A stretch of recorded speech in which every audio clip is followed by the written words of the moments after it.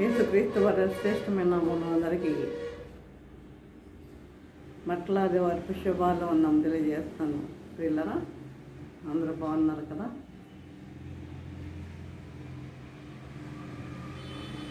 చూడండి, మత్తయి సువార్త 21వ అధ్యాయము 1-4 వచనం చదువుకున్నాం.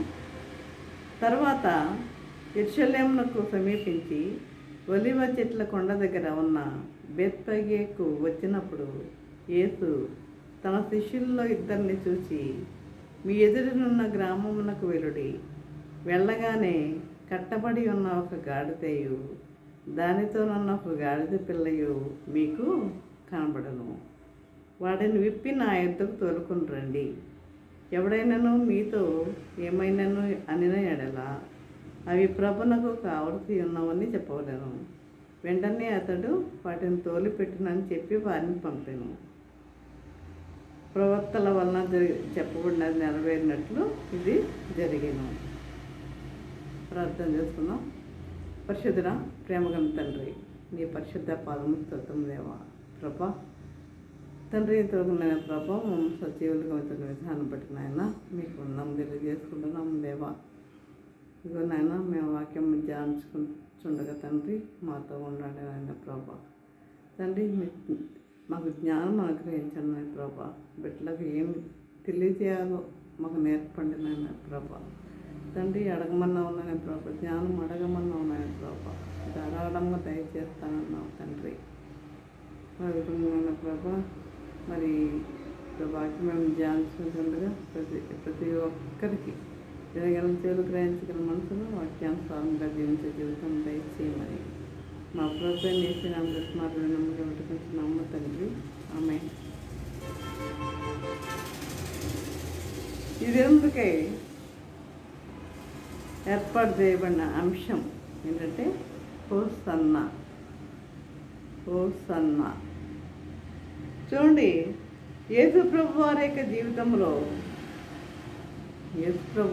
జీవితంలో అప్పటి వరకు ఆయన ఒక బోధకుడుగా, ఒక స్వస్థపరిచే వ్యక్తిగా, ఒక అద్భుతములు చేయ వ్యక్తిగా ఆయన కనపరుచుకున్నాడు. అయితే ఇప్పుడు ఆయన ఒక రాజుగా తాను కనపరుచుకోవాలనుకుంటున్నాడు. ఆయన ఒక రాజుగా మరి తాను కనపరుచుకున్నారు. ఒకసారి అయితే చూడండి, ఆయన రాజు చేయాలని అనుకున్నప్పుడు ఆయన తప్పించుకుని వెళ్ళినట్లే కూడా మనము చూస్తున్నాం. ఆయన ఒప్పుకోలేదు. ఆయన రాజు చేయాలని అనుకున్నప్పుడు ఆయన ఒప్పుకోలేదు. అయితే మనం చదువుకున్న ఈ పాఠ్యభాగంలో, ఈ వాక్య భాగంలో చూసినట్లయితే ప్రవక్తల వలన చెప్పబడినది నెరవేరినట్లు ఆయన రాజుగా యెరూషలేమునకు ప్రవేశించారు. ఆయన రాజుగా యెరూషలేమునకు ప్రవేశించారు. ప్రియులారా, యేసు ప్రభు యొక్క జీవితంలో జరిగిన విషయాలన్నీ కూడా పరిశుద్ధాత్మ ప్రేరణతో ప్రవక్తలు ముందుగానే ప్రవచించారు. అవన్నీ మనకు తెలుసు. ఈ ప్రవక్తలు ముందుగానే ప్రవచించారు. చూడండి, జకరియా గ్రంథము 9వ అధ్యాయము 9వ వచనంలో చూసినట్లయితే, సియోను నివాసులారా బహుగా సంతోషించుడి, యెరూషలేము నివాసులారా ఉల్లాసముగా ఉండుడి. నీ రాజు నీతిపడును, రక్షణ గలవాడును, దీనుడనై గాడిద పిల్లను ఎక్కి నీ యొద్దకు వచ్చుచున్నాడు.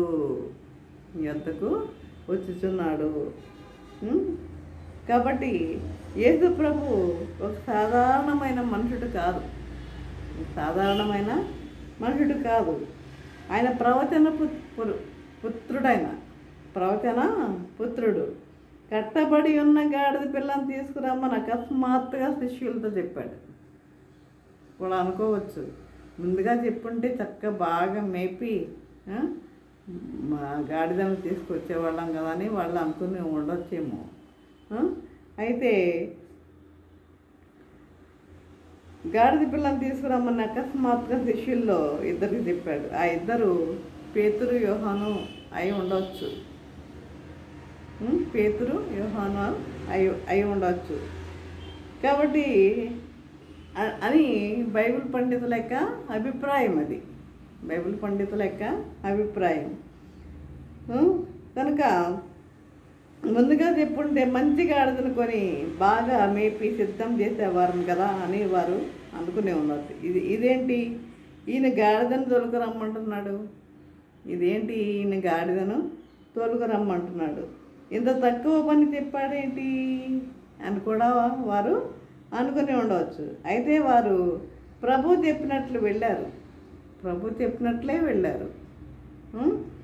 అది సరిగ్గా కట్టబడి ఉన్న ఒక గాడిదయు దాంతో ఉన్న ఒక గాడిద పిల్లయు వారికి కనిపించింది. కట్టబడి ఉన్న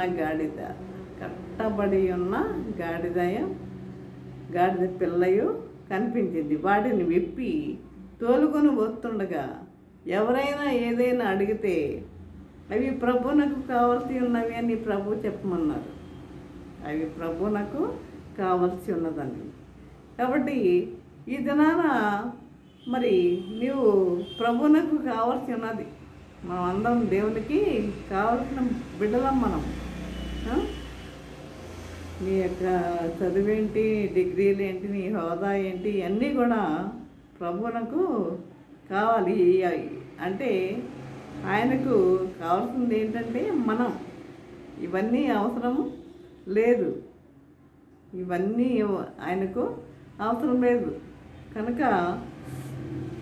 యేసు ప్రభు జీవితంలో ఆయనకంటూ నాది అని చెప్పుకోదగినది ఏది కూడా ఈ లోకంలో లేదు. నాది అని చెప్పుకోదగినది ఏది కూడా ఆయనకి ఈ లోకంలో లేదు కదా. చూడండి, ఆయన జన్మించినప్పుడు ఆయనకు పశువుల సాలలో పశువుల దొడ్లో పరుండబెట్టారు. అంటే ఎందుకని? ఆయన సత్రంలో కూడా స్థలము లేదు. ఆయన పరుండబెట్టడానికి సత్రంలో కూడా స్థలము లేదు. ఎక్కడ పరుండబెట్టారు? పశువుల స్థలలో పరుండబెట్టారు. అదేవిధంగా ఆయన వాక్యం బోధిస్తుండగా కూడా సముద్రపు ఒడ్డున ఆయన నిలబడటానికి ఒక దోణి కావాల్సి వచ్చింది. ఆయనకు ఒక దోణి కావాల్సి వచ్చింది. పేదలకు చెందిన దోణిని అడిగి తీసుకొని అందులో నిలబడి ఆయన వాక్యం చెప్పారు. పేదలకు సంబంధించిన ఒక దోణిని తీసుకొని అందులో నిలబడి ఆయన వాక్యం చెప్పారు.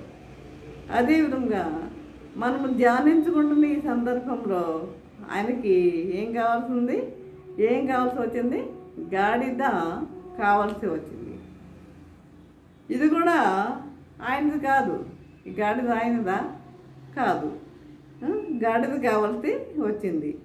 అదేవిధంగా తర్వాత శిష్యులందరూ మరి ప్రభురాత్రి భోజనము చేయడానికి ఆయనకి మేడగది ఒకటి కావాల్సి వచ్చింది. ఒక మేడగది కావాల్సి వచ్చింది. అయితే అది కూడా ఆయనకి చెందింది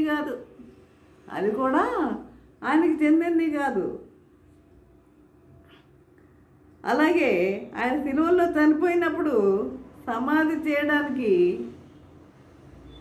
అరిమతయ యోసేపు, ధనవంతుడైన అరిమతయ యోసేపు తన కొరకు తొలిపించుకున్న సమాధిలో ఆయనను పెట్టడం జరిగింది. అది కూడా ఆయనది కాదు. ఎవరిది? అరిమతయ యోసేపుది. కనుక అంటే ఇవేమి కూడా ఆయనవి కాదు. అయితే మనకైతే అన్నీ కావాలి కదా, అన్నీ మనకి కావాలి. అందుకే ప్రభు అన్నాడు, మీరు నాకు కావాల్సి ఉన్నది అంటున్నాడు.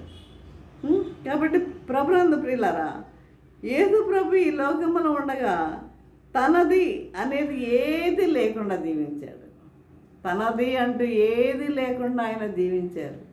అదే అంటాడు కదా, నక్కలకు బొరేలు ఆకాశ పక్షుల గూళ్ళు ఉన్నాయి, కానీ మనిషి కుమారుడు తలవాల్చుకుంటకు ఒక్కింత స్థలమైన కూడా ఆయనకు లేదు. నక్కలకు బొరేలు ఉన్నాయి, ఆకాశ పక్షులకు గూళ్ళు ఉన్నాయి, కానీ మనిషి కుమారుడు తలవాల్చుకుంటకు ఒక్కింత స్థలము కూడా లేదు అని. కాబట్టి ఈ లోకంలో ఉండగా తనది అంటూ ఆయనకి ఏమి కూడా లేదు. అయితే చూడండి, తిమ్మోతి రాసిన మొదటి పత్రిక 6వ అధ్యాయం 7వ వచనంలో, మనం ఈ లోకంలోనికి ఏమీ తేలేదండి. ఎంత తెచ్చామా? ఏమీ తీసుకెళ్ళాం. ఎంత సంపన్నుడైనా సరే మరి ఏమి తీసుకెళ్ళాం, ఏమి తీసుకుని రాలేదు. ఏమో అంటాడు కదా, నేను దిగంబరినై వచ్చేతిని, దిగంబరినై వెళ్తానన్నాడు. దిగంబరులుగా మనం వచ్చాం ఈ లోకంలోకి, దిగంబరులుగానే మనం పోవాల్సిందే. కాబట్టి ఇక్కడ మనం ఈ లోకంలోనికి ఏమీ తేలేదు, దీనిలో నుండి ఏమీ తీసుకొని పోలేము. ఈ లోకంలో నుండి మనం ఏమీ తీసుకొని పోలేము, అన్నీ ఇక్కడ వదిలిపెట్టి వెళ్ళాల్సిందే, ఏమీ కూడా తీసుకొని పోలేము. కాబట్టి కాగా అన్న వస్త్రములు గలవారమై ఉండి వాటితో తృప్తి పొందుదము అని పౌలు భక్తుడు తిమ్మోతితో చెప్తున్నాడండి. అన్న వస్త్రములు గలవారమై చాలు, కానీ మనకు ఆ తృప్తి ఉందా? అన్న వస్త్రములు గలవారమై జీవిద్దామన్న తృప్తి మనకుందా?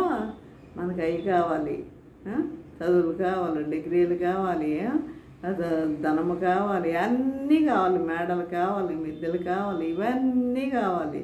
కానీ ప్రభు ఏమంటున్నాడు, ఇవేమి వద్దు, మీరు కావాలి, నాకు మీరు కావాలి. ప్రభు నాకు మీరు కావాల్సి ఉన్నది, మీరు కావాల్సి ఉన్నది. కనుక మరి చూడండి, ఒక ప్రెసిడెంట్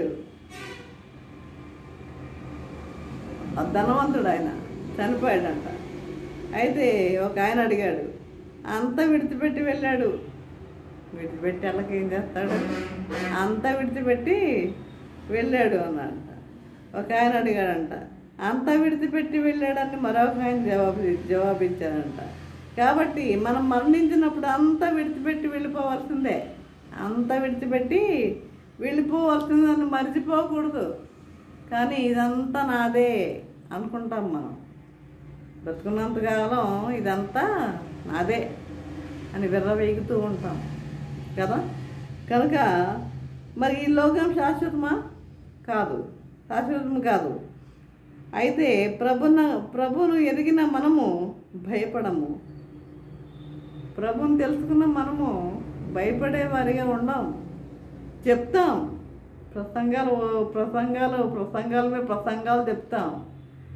అది ఒక్కడన్నా మన జీవితంలో నెరవేరుతుందా అనేది ఒక్కసారి మనం అన్వయం మన జీవితానికి అప్లై చేసుకుంటున్నామా? ఒక్కడన్నా మన జీవితంలోనికి అన్వయించుకుంటున్నామా? మనం ప్రసంగాలు చెప్పడం ఏముందంత ఏది రెఫరెన్స్లు పేపర్ల మీద రాసుకొచ్చి చెప్పాడమేగా, ఏముంది? పేపర్ల మీద రాసుకొచ్చి రెఫరెన్స్లను రాసుకొచ్చి పేపర్ అలా పడేసి వెళ్ళిపోవటం. అది అసలు చెప్పాల్సింది ఇందులో పరిశుద్ధ గ్రంథం నీ చేతిలో ఉండాలి. నువ్వు వాక్యం బోధించినప్పుడు నీ చేతిలో ఉండవలసింది పరిశుద్ధ గ్రంథం. అదే ఇది ప్రవీణ్ పకడాల అంటాడు కదా, ఈ నల్లట్ట పుస్తకం అంటాడు. ఈ నల్లట్ట పుస్తకం మనలో ఉండాలి, మన చేతిలో ఉండాలి. కానీ చాలామందికి లెక్కలేనితనంలో జీవిస్తున్నారు. చేతిలో బైబిల్ తీసుకుని వెళ్ళాలి, మీరు చేతిలో బైబిల్ అనేది ఉండాలి. కనుక మరి అయితే ప్రభువుని ఎదిగిన మనం భయపడం, ఎందుకనగా మన ప్రభు సమాధి నుండి తిరిగి లేచాడు కదా. కనుక మరణ భయం నుండి మనలను విడుదల చేస్తాడు. ఈ భూమి మీద మనం కళ్ళు మూస్తే ఈ భూమి మీద మనం కళ్ళు మూస్తే మరి తిరిగి తెరిచేది ఎక్కడ? పరలోకంలోనే. పరలోకంలోనే ఆ నిశ్చయత మీలో ఉందా? ఆ నిరీక్షణ మనలో ఉందా? ఆ విధంగా చెప్పింది ఎవరంటే బిల్లీ గ్రాహం గారు చెప్పారు, అంతే. కనుక ఈ విధంగా ఇటు నిరీక్షణ క్రీస్తునందు మనకు అనుగ్రహించబడినందుకు మనము చాలా సంతోషించే వారముగా ఉండాలి. ఇటు నిరీక్షణ కలిగి మనం జీవించాలి. కట్టబడి ఉన్న గాడిదను శిష్యులు కనుగొని దాన్ని విప్పి ప్రభు వద్ద తోలుకొని వచ్చారు. ప్రభు చెప్పినట్లు కట్టబడి ఉన్న గాడిదను మరి విప్పి ప్రభు వద్దకు తోలుకొని వచ్చారు. ఈ దినాన అనేక మంది పాపంతో, మద్యంతో, వ్యభిచారంతో, దొంగతనాలతో, ఈ రకరకాల చెడు అలవాట్లతో మరి కట్టబడి ఉన్నారు. అందుకే ప్రభు కట్టబడి ఉన్న గాడిద అన్నాడు. మరి ఈ విధముగా ఈ చెడు అలవాట్లనే కట్ల చేత కట్టబడి ఉండగా వారిని కనుగొని విడిపించి ప్రభునద్దుకు నడిపించవలసిన బాధ్యత, అలాంటి వారు ఎవరన్నా ఉంటే, అలాంటి పాపంతో కట్టబడి ఉన్నవారు ఎవరన్నా ఉంటే వారిని ప్రభునద్దుకు తీసుకోవాల్సిన బాధ్యత ఎవరిది? ప్రతి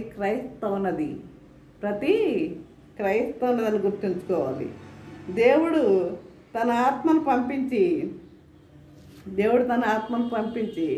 కట్ల నుండి విడిపించడానికి సిద్ధముగా ఉన్నాడు. ఆయన. చూడు, శిష్యులు ఆ గాడిద పిల్లలను ప్రభునొద్దకు తోలుకొచ్చి దాని మీద బట్టలు వేయగా ఆయన దాని మీద కూర్చున్నారు. కొత్తగా ఒక వాహనాన్ని నడపడం కష్టం. కొత్తగా ఒక వాహనాన్ని నడపాలంటే కష్టమే కదా. అయితే కొత్తగా ఒక గాడిద మీద ప్రయాణం చేయడం కూడా కష్టమే. ఎందుకని? కొత్త వాహనం చదివింది అటు ఇటు పారిపోతుంది.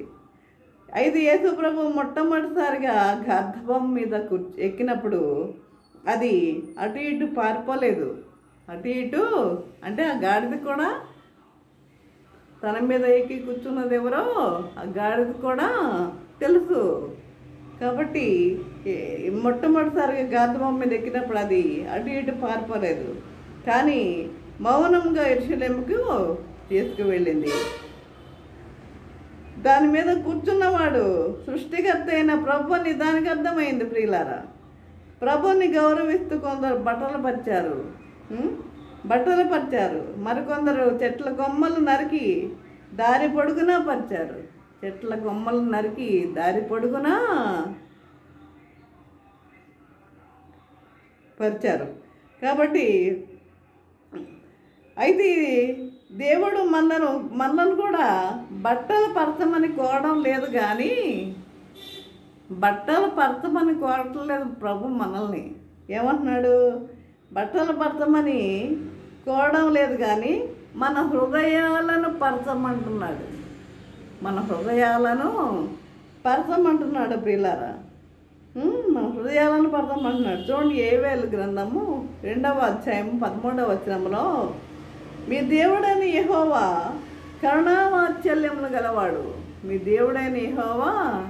కరుణావాత్సల్యములు గలవాడును, శాంతమూర్తియు, అత్యంత కృపగలవాడునై ఉండి తాను చేయనుద్దేశించిన కీడును చేయక పశ్చాత్తాపపడును. తను కీడు ఉద్దేశించిన కీడును చేయక పశ్చాత్తాపడును. కనుక మీ వస్త్రములను కాక మీ హృదయములను చింపుకొని ఆయన తట్టు తిరగండి. మీ హృదయాలను చింపుకోండి. చూడండి, మన వస్త్రములను చింపుకోవాల్సిన పనేం లేదు. పూర్వకాలంలో రాజులు మొదలుకొని సామాన్య జనుల వరకు ఏదైనా దుఃఖం వచ్చినప్పుడు, దుఃఖకరమైన వార్త విన్నప్పుడు తమ వస్త్రములను చింపేసుకునేవారు. పూర్వకాలంలో రాజులు సామాన్య జనులు కానీ ఎవరైనా సరే దుఃఖ వార్త విన్నప్పుడు. అయితే ఇప్పుడు మనం అలా చేయక మన హృదయాలను చింపుకోవాలి అని అర్థం. మన బట్టలు చింపుకోవడం కాదు, కానీ మన హృదయాలను మనము చింపుకోవాలి. అనగా పశ్చాత్తాపడాలి, క్షమాపణ కోరుకోవాలి, మారు మనసు పొందాలి, మారు మనసు పొందేవారిగా ఉండాలి. ఇది ప్రభు కోరుకుంటుంది. బట్టలు చింపమంటే బట్టలు చింపేసుకోమని కాదు, కానీ మీ హృదయాలను చింపుకోండి అని ప్రభువు తెలియజేస్తున్నాడు పిల్లారా. కాబట్టి మనం ఎలా ఉండాలి? మారు మనసు పొందేవారిగా ఉండాలి. ఈ విధంగా ఉండాలని ప్రభువు కోరుకుంటున్నాడు. ఈ విధంగా జీవించడానికి పరిశుద్ధాత్మ దేవుడు సహాయం చేసి నడిపించను గాక. ఆమేన్. ప్రార్థన చేసుకుందాం. పరిశుద్ధ ప్రేమగల తండ్రి, నీ పరిశుద్ధ పాదం దేవా. ప్రభా తండ్రి, ఇంతవరకు నేను ప్రభా నీ వాక్యంలో తండ్రి మాతో మాట్లాడిన విధానం బట్టి నాయన మీకు వందనం తెలియజేసుకుంటున్నాము దేవా. తండ్రి, మరి రాజుగా మీరు యెరూషలేము ప్రవేశం చేస్తున్నారు నాయన తండ్రి. నాయన మరి ఈ విధంగా నాయన తండ్రి, మరి మీ యొక్క మరి వస్త్రములు కాకుండా మీ హృదయాలను చింపుకోండి అని మీరు మాకు తెలియజేస్తున్నారు దాన్ని ప్రభా. అంటే మేము క్షమాపణ పొందాలని ప్రభా, మేము మారు మనసు పొందాలని మీరు మాకు తెలియజేస్తున్నారు నాయన ప్రభా. ఆ విధంగా ప్రతి ఒక్కరు జీవించడానికి నీ కృప అనుగ్రహించమని నజరేయుడైన యేసయ్య బ్రతిమాలు వినమ్ముగా వేడుకుంటున్నాము తండ్రి. ఆమేన్. తండ్రి అయిన దేవుని ప్రేమయు, కుమారుడైన యేసుక్రీస్తు కృపయు, పరిశుద్ధాత్మకి అన్నం సహవాసము సకల దేవుళ్ళ సదాకాలము ప్రభా. తండ్రి ఎంతమంది అయితే ప్రభా వాక్యం విని ఉన్నారో ప్రతి ఒక్కరిలో మారు మనసుకున్న కృప దయచేయమని వేడుకుంటున్నాము తండ్రి. ఆమేన్, ఆమేన్, ఆమేన్.